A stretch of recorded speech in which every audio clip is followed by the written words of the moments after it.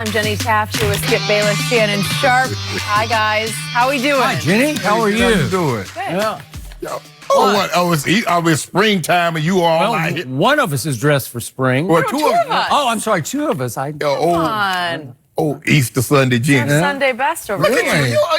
I mean, y'all ain't like, memo, but So you've already lost, Look at right? this right here, Skip. This thing- Defeated before we How? start. Well, you gave in and gave up. Nah, Huh? Cowboys defeated. Defeated. 18. We're going to talk about them. I don't want to talk about them right now. Spurs You gonna finally all went upset. down at home. What you mean, finally? Finally went down at home, but there's no shame in losing to the man who taught LeBron how to win, Don't do that, Dwayne Skip. Wade. It is right? shame. It is shame losing to a No team that's in the shame. 7th seed.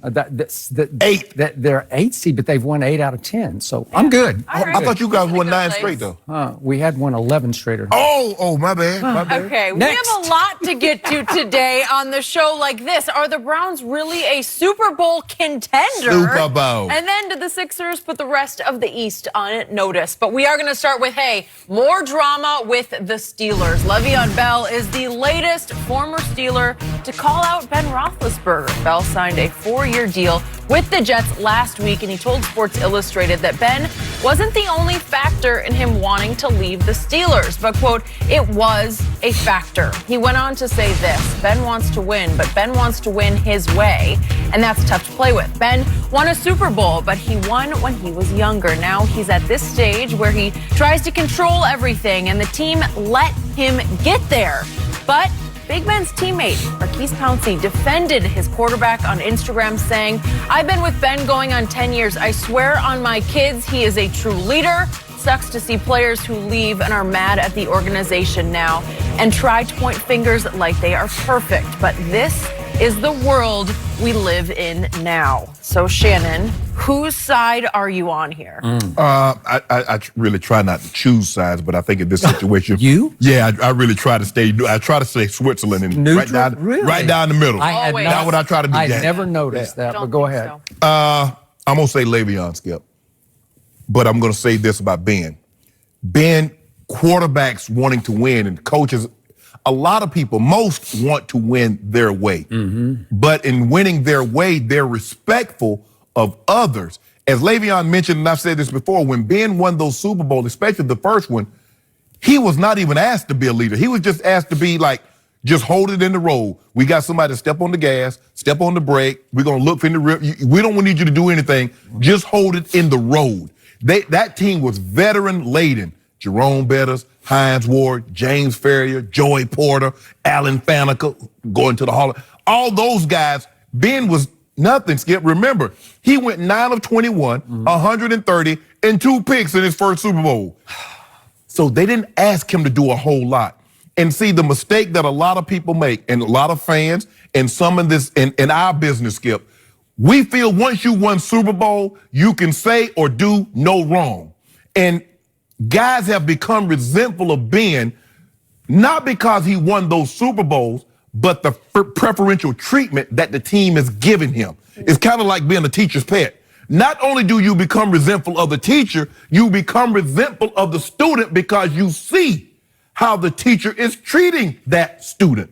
And what they see is how the organization, because I can assure you, what I'm thinking, what I'm getting, I believe that at some point, not only did AB and Le'Veon Bell approach Mike Tomlin about the way Ben antics were starting to rub them the wrong way, Mike T probably sent them upstairs. Y'all need to take that above me. And in the process of going upstairs, you heard what Kevin Colbert said. That y'all daddy. Y'all need to listen to your daddy. Ben got 52 kids. And it's like, wait a minute. I understand he won 2 Super Bowls, Skip. I get all that. But let me tell you what he didn't win. He ain't win no gold medal in boxing. He ain't no MMA champ. And if he keeps treating me disrespectful, we gonna put those skills to the test. That's what happened. People start to think that you become beyond reproach if you've been successful, win Super Bowls, been an all-pro, gone to Pro Bowls. No, man, at the end of the day, Skip, Ben Roethlisberger and AB and Le'Veon Bell, they are the exact same. They are players. Ben is not a Rooney. Ben is not the GM. Ben is not the head coach. I get it.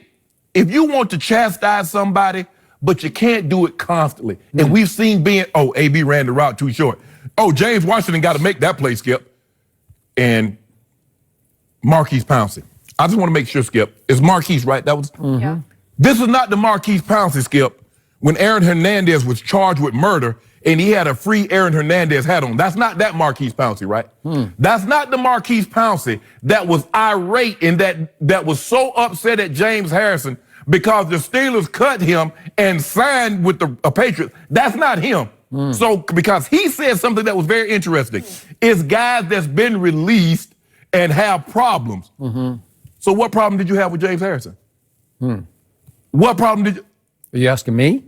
Oh. No, I'm asking him. Okay. So, not to say that he might have a great relationship. It's been reported, Skip, if you listen to everybody talk, Ben has a great relationship with the offensive line. Most quarterbacks do. Your livelihood is very dependent on those guys, Skip. Most of the time, guess who go out to dinner? The offensive line and the quarterback. Guess who the quarterback is chummy with in the locker room? The offensive line. You know why? Yeah, that's the protection. That's the Secret Service. Your livelihood, your well-being, how you succeed is directly correlated to them. So more times than not, the quarterback and the line has a great relationship.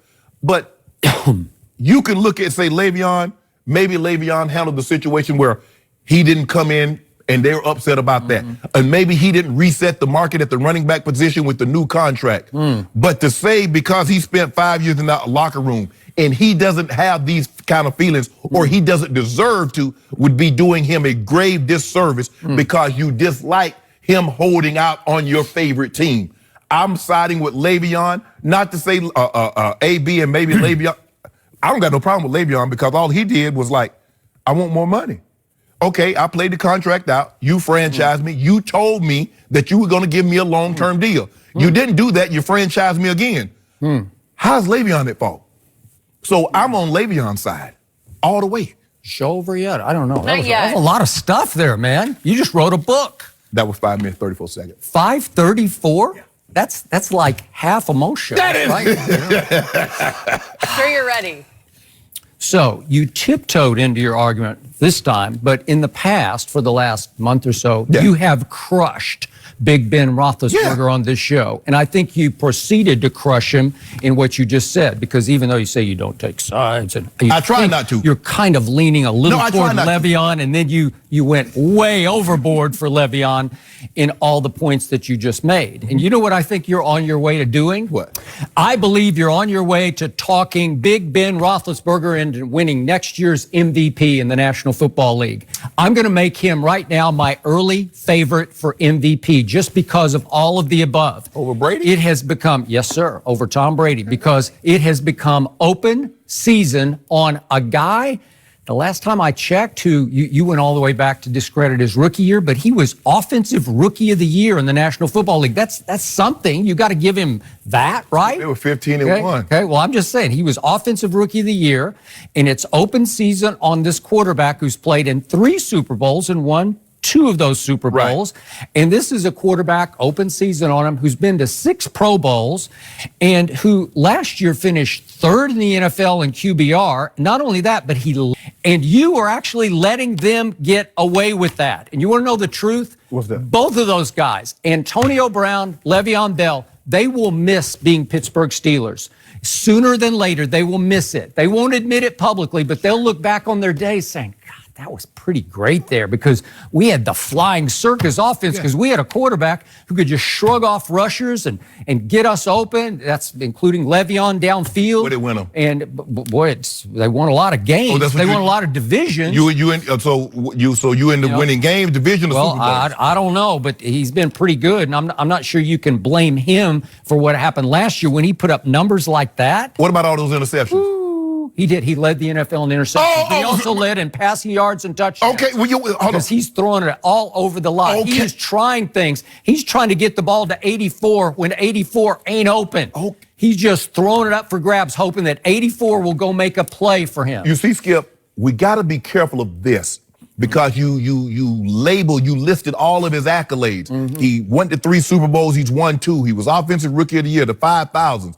He can be a great player and an awful teammate. Those aren't mutually exclusive, Skip. So You make it seem. let's get back to Marquise Pouncey. And again, you tried to disqualify him because he supported his former University of Florida team. Skip, the man was charged with first-degree murder. I got it. But again, I'm not defending him on that, but you can't look back and disqualify that episode when he states on Instagram that I swear on my kids. That's a strong statement. In fact, you have used that in other cases as, what have you tell me, in the black community, Yes, if you swear on your kids, man, you swear. Yes. I mean, you're Yes. putting your life on the line, right? So let me ask you a question. If he come out and say, you know what, yeah, Ben is not the best leader, and he's still in that locker room, how